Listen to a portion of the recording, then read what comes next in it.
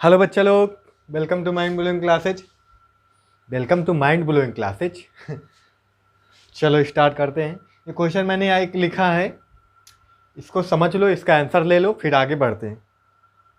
ठीक है, क्वेश्चन क्या कह रहा है, पढ़ो इसको। एक ए रुधिर वर्ग वाला पुरुष, ये पुरुष है, एक स्त्री जिसका रुधिर वर्ग ओ है, ठीक है, से विवाह करता है। उनकी पुत्री का रुधिर वर्ग ओ है। क्या यह सूचना पर्याप्त है यदि आपसे कहा जाए कि कौन सा विकल्प लक्षण, जो जो विकल्प लक्षण है ए और ओ, रुधिर वर्ग ए अथवा ओ प्रभावी लक्षण है? मतलब रुधिर वर्ग ए प्रभावी है या बी प्रभावी है। आप अपने उत्तर क्या देना है, स्पष्टीकरण देना है। देखो, एक आदमी है, उसका रुधिर वर्ग ए है, एक लड़की है जिसका रुधिर वर्ग ओ हो, उससे शादी कर लेता है। उनकी होती है पुत्री, पुत्री का रुधिर वर्ग होता है ओ। ठीक है, तब अब आपसे पूछ रहा है, बताओ कौन सा लक्षण प्रभावी है, ओ प्रभावी है या ए प्रभावी है। ठीक है, और अपने उत्तर का स्पष्टीकरण भी देना है। ये चीज पूछ रहा है आपसे। तो प्राप्त जानकारी के अनुसार हम बता दें, जो सूचना दी गई है प्रभावी अप्रभावी बताने के लिए, ये पर्याप्त नहीं है, ये पर्याप्त नहीं है, यह सूचना पर्याप्त नहीं है। सीधा इसका आंसर क्या लिखेंगे आप, ये प्रश्न था, इसका आंसर जो भी लिखेंगे आप लिख देंगे यह सूचना पर्याप्त नहीं है। कुछ लक्षण जीन में छुपे होते हैं, कुछ लक्षण जीन में छुपे होते हैं, परंतु जानकारी के अनुसार हम कह सकते हैं कि रुधिर वर्ग ओ प्रभावी है, क्योंकि उनकी संतान में उनकी बिटिया में कौन सा रुधिर वर्ग दिख रहा है, ओ रुधिर वर्ग दिख रहा है ना। तो हम इससे कह सकते हैं, क्योंकि जो दिखता है वही क्या होता है, प्रभावी। लिख देंगे, प्राप्त जानकारी के अनुसार हम कह सकते हैं कि रुधिर वर्ग ओ प्रभावी है, रुधिर वर्ग ओ प्रभावी है।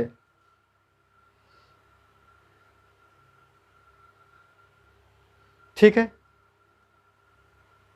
ठीक है, आगे लिख देंगे, केवल प्रभावी लक्षण ही दिखाई देते हैं, केवल प्रभावी लक्षण ही दिखाई देते हैं।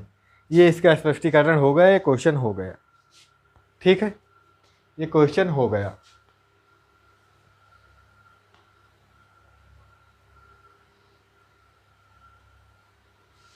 चलो, ये क्वेश्चन हो गया। अब क्या पढ़ना है, आपने 9th में गुरसूत पढ़ा होगा। गुरसूत अब नहीं पढ़ेंगे हम यहाँ पे, गुरसूत वगैरह है भी नहीं सिलेबस में। ठीक है, गुरसूत वगैरह कार्य वगैरह आ जाते हैं पेपर में, तो आप लिख सकते हैं ना गुरसूत के कार्य। गुरसूत अनुवांशिक लक्षणों का वाहक होता है ना। तो गुरसूत में क्या पाए जाते हैं, जीन पाए जाते हैं ना, मोती लाइक। हेडिंग डाल लो आप, जीन।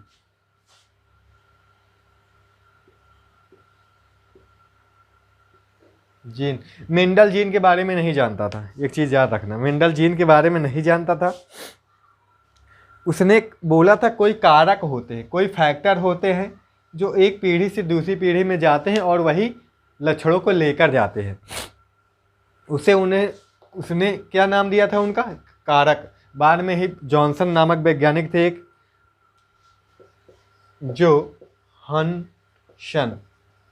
जोहन्सन नामक वैज्ञानिक थे, जिन्होंने इन्हीं कारकों को जीन नाम दिया। इन्हीं कारकों को क्या नाम दिया, जीन नाम दिया। ठीक है, तो हेडिंग डाल लो जीन, स्पेलिंग ये होगी जीन। लिख लो, लिख लो।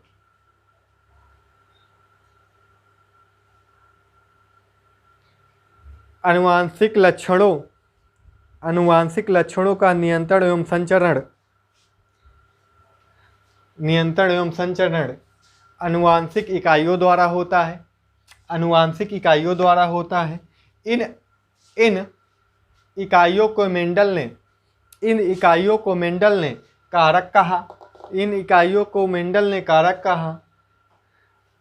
कहा तथा जोहानसन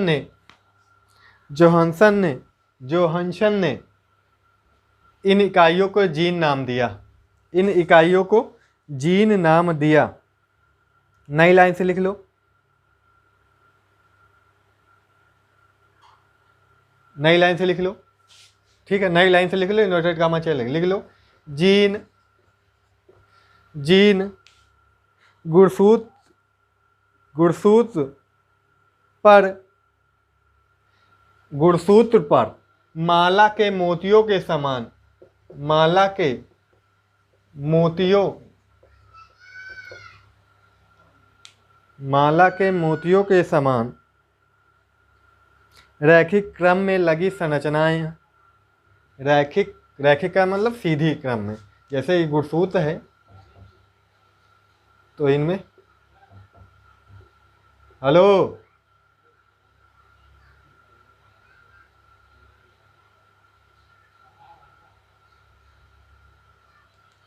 गुणसूत्र लगे रहते हैं ऐसे, ठीक। एक मिनट, डिस्टर्ब हो ही जाता है ना। एक लोग आवाज़ दे रहे थे, गए बाहर निकले तो अपने ही स्कूल वाले सर थे आए थे, ये देखो पर्चा दे गया स्कूल का क्या लिखा सुनाता हूँ। एक निवेदन, national centre for disease control ने कोरोना से बचाव के लिए लोगों से विशेष सावधानी बरतने को कहा है। स्वच्छता का विशेष ध्यान रखें। किसी भी चीज़ को हाथ लगाने के बाद करीब 20 सेकंड तक साबुन व पानी अथवा एल्कोहल युक्त हैंड सैनिटाइजर से अपने हाथ को अच्छी तरह साफ करें। आँख, नाक, कान, मुंह पर बार बार हाथ न लगाएं। कोरोना संक्रमित व्यक्ति के संपर्क में आने से बचें। घर से बाहर निकलने पर मास्क लगाएं। देह से देह की दूरी 2 मीटर बनाए रखें। अगर आपको तेज़ बुखार, खांसी, सांस लेने में दिक्कत हो तो आप 14 दिनों में इस वायरस से पीड़ित व्यक्ति से मिले हों तो डॉक्टर को इसकी पूरी जानकारी दें। भीड़ भाड़ वाली जगहों पर जाने से बचें। बच्चों बुजुर्गों का विशेष ध्यान रखें। लॉकडाउन आदि का पालन करें। सरकार व डॉक्टरों के दिशा निर्देशों पर अमल करें। समझ गए? देखो हमारा चल रहा था जीन, हो गया डिस्टर्ब। क्लास देख लो, हो ही गई डिस्टर्ब, फिर से पर समझाते हैं। हो गया, क्या लिखा है? सेशन 2020-21 सर्वा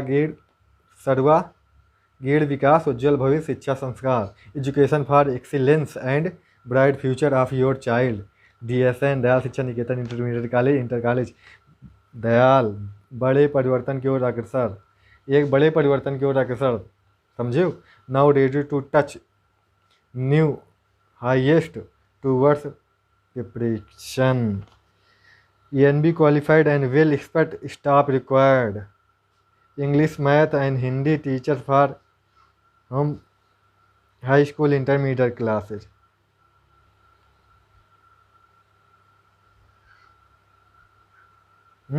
English medium lady teacher for primary, pre primary classes में। Computer operator, computer office assistant with Tally and Hindi English typing के साथ। कॉन्टेक्ट नंबर पड़ा, गंगा प्रेस से छपवाई गई है पर्चा। चलो ठीक हो गया, समझ गया। समझ, कई सारे दे गए हैं बांटने के लिए, हैं कई सारे मिले। तो क्या बोल रहा था मैं? कह रहे थे हो ज्ञानेंद्र खिड़की सवा दे बैठ को। हमको लगा बच्चे हैं ना, गांव वाले बच्चे शरारत करने लगते हैं। हम वीडियो बनाते रहते हैं, आवाज़ होया करती है, फर्जी में मतलब खटर खटर लगाए रहते हैं। चलो छोड़ो। तो मैंने बोला जैसे गुणसूत्र होता है, गुणसूत्र पर ऐसे मोतियों के समान माला जैसे, जैसे धागा होता है, धागा में फूल लगे होते हैं, वैसे ही इनमें ये रैखिक क्रम में व्यवस्थित होते हैं। क्या? जीन। किसमें? गुणसूत्र में। समझ गए? तो लिखना था इसको आपको। जीन गुणसूत्र पर माला के मोतियों के समान रैखिक क्रम में लगी संरचनाएं हैं, लगी संरचनाएं हैं जो अनुवांशिक लक्षणों का नियंत्रण करती हैं। जो अनुवांशिक लक्षणों क्या करती हैं? नियंत्रण करती है। हो गया जीन के बारे में इतना बहुत, ज़्यादा डिटेल में नहीं है यहाँ पे। जीन के बारे में इतना बहुत है आपके लिए, ठीक है। और जीन DNA का ही भाग होते हैं, समझ आ गई बात? जीन जो होते हैं DNA का ही भाग होते हैं, अर्थात जीन से ही DNA बनता है। जो डीएनए होता है जीन से ही बनता है ना, यानी कि चाहे कह दो डीएनए अनुवांशिक लक्षणों का नियंत्रण करता है, चाहे कह दो जीन अनुवांशिक लक्षणों का नियंत्रण करता है, बात एक ही है। समझ गए, बात एक ही है। चलो ठीक है, डीएनए के बारे में हालांकि 9 में आपने पढ़ा होगा पूरा, ठीक है, पढ़ लेना डीएनए के बारे में। डीएनए का महत्व वगैरह 10 में भी पूछ लेता है, समझ रहे हो ना, डीएनए का महत्व वगैरह 10 में भी पूछ लेता है, ठीक है। तो नहीं पढ़ाएंगे ना अब डीएनए वगैरह, डीएनए का महत्व वगैरह अब नहीं पढ़ाएंगे, ठीक है बच्चा लोग। फिर बचा क्या है, डीएनए का, अब आपको मैं काम देता हूँ, डीएनए के द्विकुंडलीय संरचना तथा डीएनए का महत्व मैं लिखाए देता हूँ। डीएनए के द्विकुंडलीय संरचना आपको तैयार कर लेना 9th से, भूलना नहीं, वो पूछ लेता है 10 में भी। डीएनए के द्विकुंडलीय संरचना वाटसन क्रिक वाला, वाटसन क्रिक मॉडल, समझ गए ना, जो डबल हेलिक्स संरचना थी, ये वाली याद है, ये वाली आपको तैयार होनी चाहिए। अगर नहीं पता, नहीं पढ़ाया गया आपकी क्लास में तो मुझे बता देंगे, अच्छा फिर मुझे बता देंगे, कमेंट कर देंगे, मैसेज कर देंगे, जो भी करना है कर देंगे सर, नहीं तो मैं अभी सिलेबस जब रिवाइज करवाऊँगा तब करवा दूँगा, ठीक है, जैसा भी बताना। आप हेडिंग डाल लीजिए डीएनए का महत्व, इसे लिख लीजिए, हेडिंग डाल लीजिए डीएनए का महत्व और इसे लिख लीजिए, लिखो बेटा जी। नंबर 1, डीएनए अनुवांशिक पदार्थ है, डीएनए अनुवांशिक पदार्थ है, यह आनुवांशिकी सूचनाओं को, यह आनुवांशिकी सूचनाओं को, यह आनुवांशिकी सूचनाओं को एक पीढ़ी से दूसरी पीढ़ी में, एक पीढ़ी से दूसरी पीढ़ी में भेजने का कार्य करता है, भेजने का कार्य करता है। अगला पॉइंट लिख लो, अगला पॉइंट लिख लो, यह अप्रत्यक्ष रूप से कोशिका की सभी जैव प्रक्रियाओं का नियमन करता है, कोशिका की सभी जैव प्रक्रियाओं का नियमन करता है। हो गया, ये भी हो गया।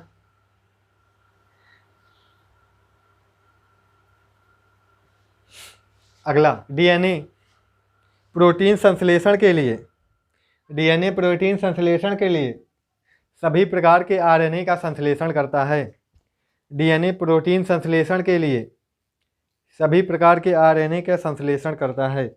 लाइट गई, हो गया ये भी।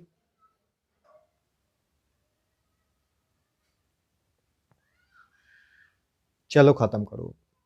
जो जीनोम होता है ना बेटा, जीनोम वो जीन का ही होता है, अच्छा, जीन का जेनेटिक मेकअप ही होता है। चलो ये सब हो गया, अब लिंग निर्धारण पढ़ना है, और कुछ बचा नहीं पढ़ने को। क्या पढ़ना है, जीन विनिमय भी वैसे पढ़ना है। चलो पहले जीन विनिमय थोड़ा सा देख लेते हैं शॉर्टकट में। जीन विनिमय लिख लो, लिख लो,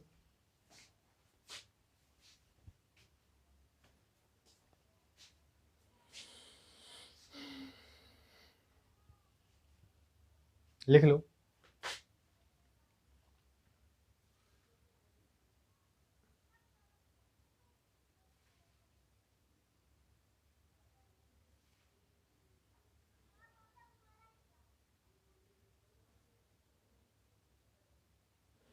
गुणसूत्र खंडों, गुणसूत्र खंडों, गुणसूत्र खंडों की आपस में अदला बदली, की आपस में अदला बदली से उन पर उपस्थित जीन भी आपस में बदल जाते हैं, आपस में बदल जाते हैं। इसे जीन विनिमय कहते हैं, इसे जीन विनिमय कहते हैं। समझ गए, समझ गए। जैसे कोई ये गुणसूत्र है, एक ये गुणसूत्र है, ठीक है, ये आपस में आ गए, एक दूसरे से संपर्क में आ जाते हैं, एक दूसरे पर चढ़ जाते हैं, ऐसे।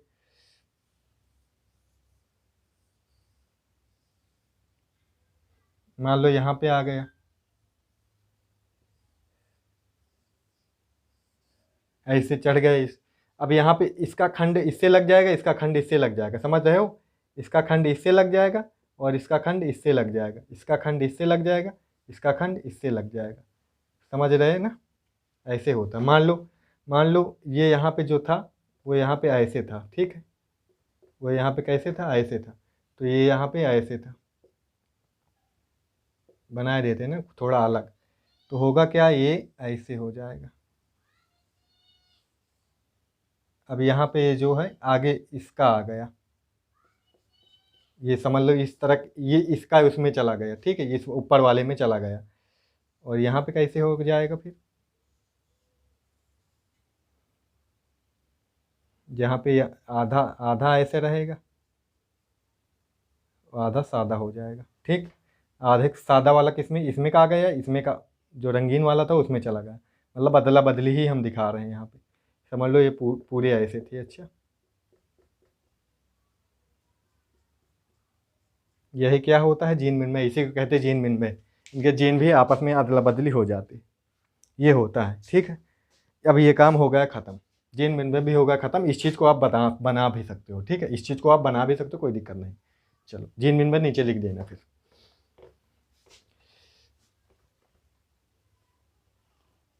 हो गया ये ख़त्म। क्या बचा है, कुछ नहीं बचा है भाई से। तो जीन विन में से बहुत लाभ है, नए नए लक्षण उत्पन्न होते हैं। कुछ भी नहीं बचा है। अब पढ़ लेते हैं लिंग निर्धारण। मनुष्य में लिंग निर्धारण,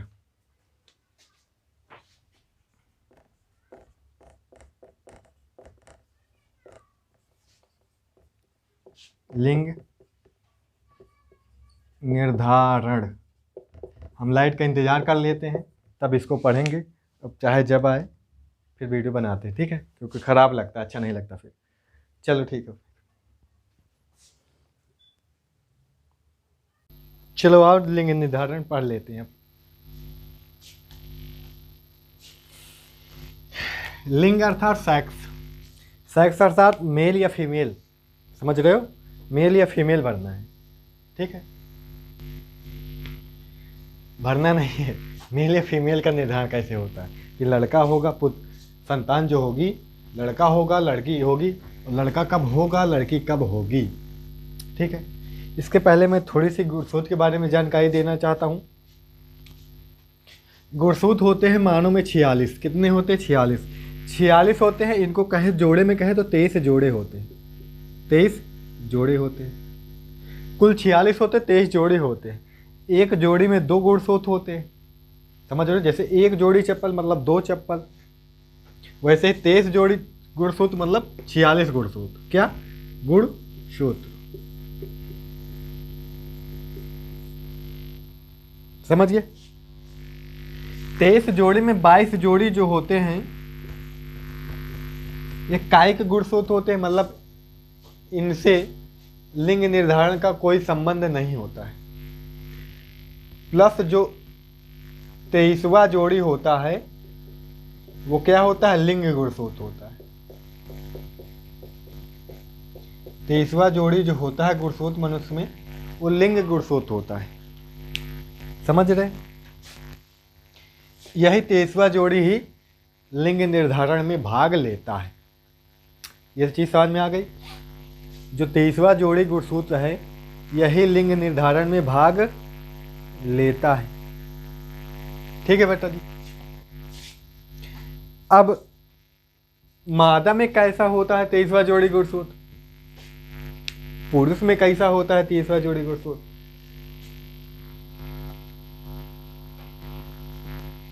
ये देख लेते हैं।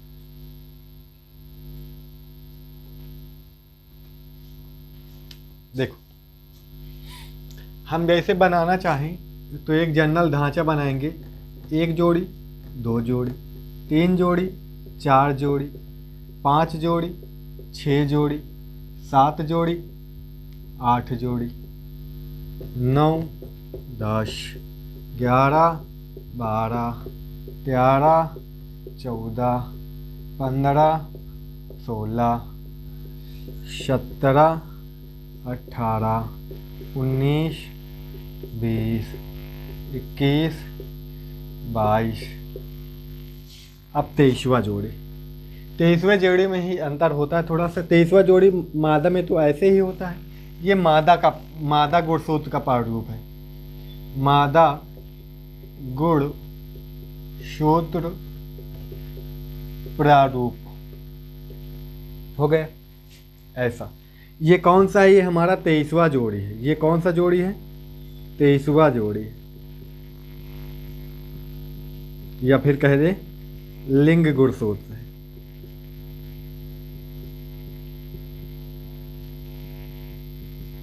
कौन सा गुणसूत्र? लिंग गुणसूत्र। आ गई बात समझ में?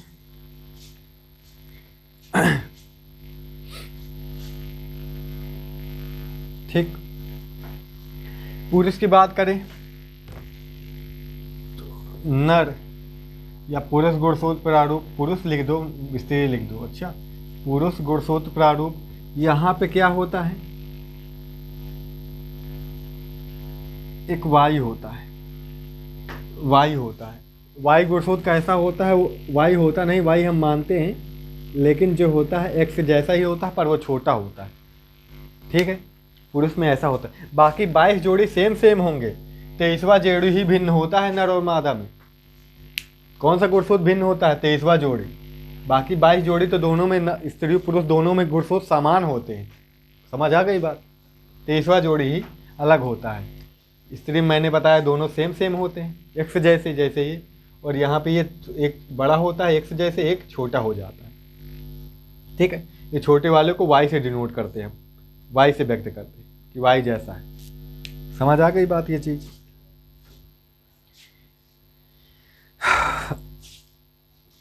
इतना समझ आ गए? यही लेंगे। अब कैसे लेंगे ये आगे हम समझ लेते। इसको मिटा दे, ये सब समझने के लिए है आपके। अभी हम लिखाएंगे, बताएंगे क्या लिखना है अभी आपको। अभी ये सब कुछ लिखना नहीं। 23वां जोड़ी गुणसूत्र ये स्त्री को हो गया। पुरुष का हमने बताया, छोटा वाले को वाई से डिनोट कर देते हैं। ये पुरुष है, ये स्त्री है, ये इनके लिंग गुणसूत्र हैं। प्लस और भी गुणसूत्र होते हैं, 44 गुणसूत्र तो होंगे ही। बाकी 2 ये गुणसूत्र हो गए, 2 ये, 44 बाकी वो वाले जो कायिक गुणसूत्र होते हैं। ये लिंग गुणसूत्र है, यही भाग लेंगे, जनन में यही भाग लेंगे। इनको ऐसे ही मिलाते हैं जैसे हम पहले मिलाए थे।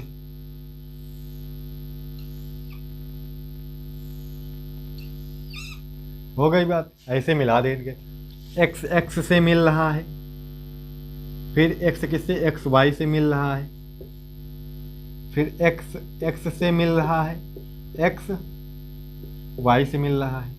अब देखो इस तरह बनाए तो एक्स एक्स अलग हो गया, एक्स वाई अलग हो गया। हम ऐसा बना दिए एक्स एक्स पास में आ जाए, एक्स वाई पास में आ जाए। चलो वैसा बना लेते हैं। उसके लिए क्या कर देंगे हम?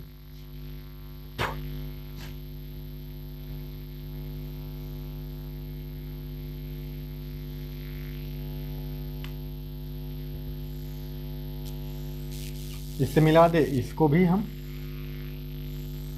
इससे मिला दें। हो गया एक्स एक्स एक्स एक्स। अब इस वाले को इन दोनों से मिला दो।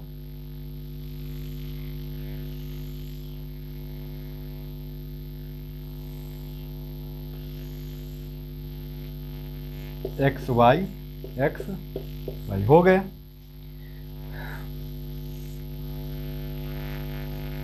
पचास % क्या आ रहा है? पुत्री आ रही है। 50% क्या आ रहा है? पुत्र आ रहे हैं। प्लस और गुणसूत्र आएंगे, 44 सब में होंगे। लिख भी सकते हो, ऐसे लिखना चाहो तो लिख भी सकते हो, नहीं तो ना लिखो। 44 प्लस लगा के, यहाँ प्लस मार्गा चल नहीं रहा यार। 44 प्लस लगा के आगे 44 लिख सकते हो। ठीक है, थोड़ा गैप दे देना, सट गए यहाँ पे, थोड़ा आप गैप दे सकते हैं। ठीक है बच्चा जी, क्योंकि हमने 44 लिख रखा है इसलिए आप लिखेंगे नीचे, नहीं तो ज़रूरत नहीं थी। आप नहीं भी लिखेंगे तो चल जाएगा, काटेगा नहीं, वो सही मान लेगा। समझ गए आप? समझ गए आप?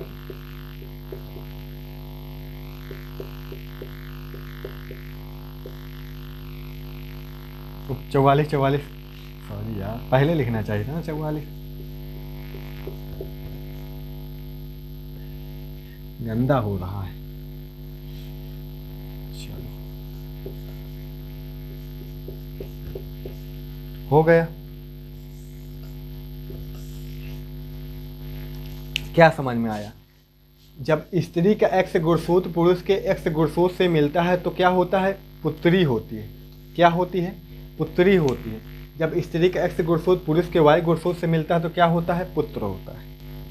बस इसी प्रकार से लिंग का निर्धारण होता है। क्वेश्चन पूछा जाता है मनुष्य में लिंग निर्धारण कैसे होता है, या फिर स्त्री या फिर पुत्र तथा पुत्री का, मानव में पुत्र तथा पुत्री का या बालक तथा बालिका का चयन कैसे होता है, जो भी आए क्वेश्चन में जवाब यही होता है। अब इसके बारे में पूरा लिख लो, नोट कर लो। लिखो लिखो मानव में 46 गुणसूत्र होते हैं। मानव में 46 गुणसूत्र होते हैं, जिसमें से 44 गुणसूत्र स्त्री तथा पुरुष में समान होते हैं। स्त्री तथा पुरुष में समान होते हैं तथा 23वां जोड़ी गुणसूत्र दोनों में भिन्न होता है,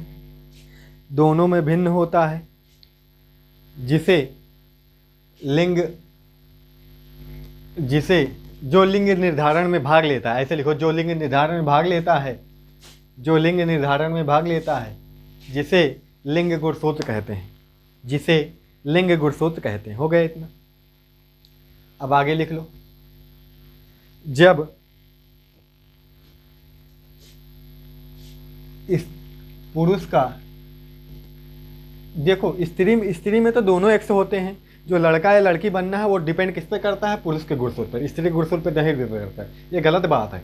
वो पुरुष के गुणसूत्र पर डिपेंड करता है। अच्छा, जो गलत भ्रांतियाँ हैं कि लड़की हो रही न लड़का हो रहा तो मम्मी को दोष दिया जाता है, मम्मी कोई दोष नहीं है, वो उनके पुरुष के गुणसूत्र होते हैं। वैसे अच्छे, जब पुरुष के भाई एक्स जाएगा तो लड़की बन जाएगी, पुरुष का वाई जाएगा तो वाई तो इसके पास है नहीं, इसी के पास तो है वाई जाएगा तो लड़का बन जाएगा।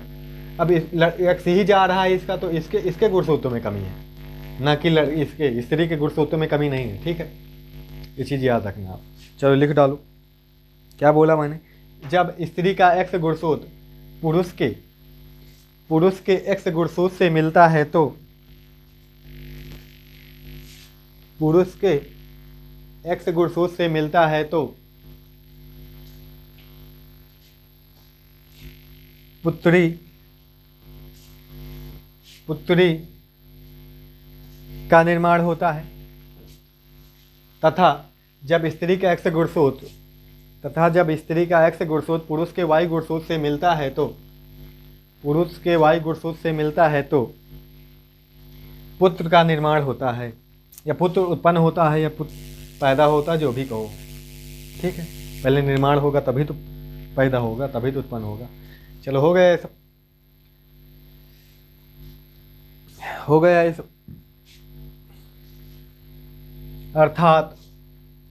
अर्थात लिख लो। अर्थात पुत्र तथा पुत्री के लिए पुरुष के गुणसूत्र जिम्मेदार होते हैं। ठीक है, हो गया सब। चलो अब हो गया, बस हो गया। अब इसको बना लेना, इतना लिखने के बाद अब इसको बना लेना है, बस अब हो गया। ये हमारा आज का इतना टॉपिक ख़त्म हो गया। कल से जय विकास शुरू करना है। ठीक है, तबीयत सही नहीं रहती यार, क्या बताएं। चलो ठीक है, थैंक यू सो मच। पूरा नोट कर लेना, लिख लेना। और कल से अब ये अनुवांशिकी वाला चैप्टर लगभग ख़त्म हो गया। जो भी होगा बाद में हम देख लेंगे, क्वेश्चन जो नए पूछे गए होंगे अगर। ठीक है, अब जय विकास वाला टॉपिक बचा है, वो 2-4 दिन चलेगा। ठीक है, thank you so much. Note कर लो, लिख लो, वीडियो लाइक कर दो, शेयर कर दो। Bye bye. चैनल सब्सक्राइब नहीं किया तो कर लेना, बेल आइकन दबा देना। ठीक है, ओके बाय।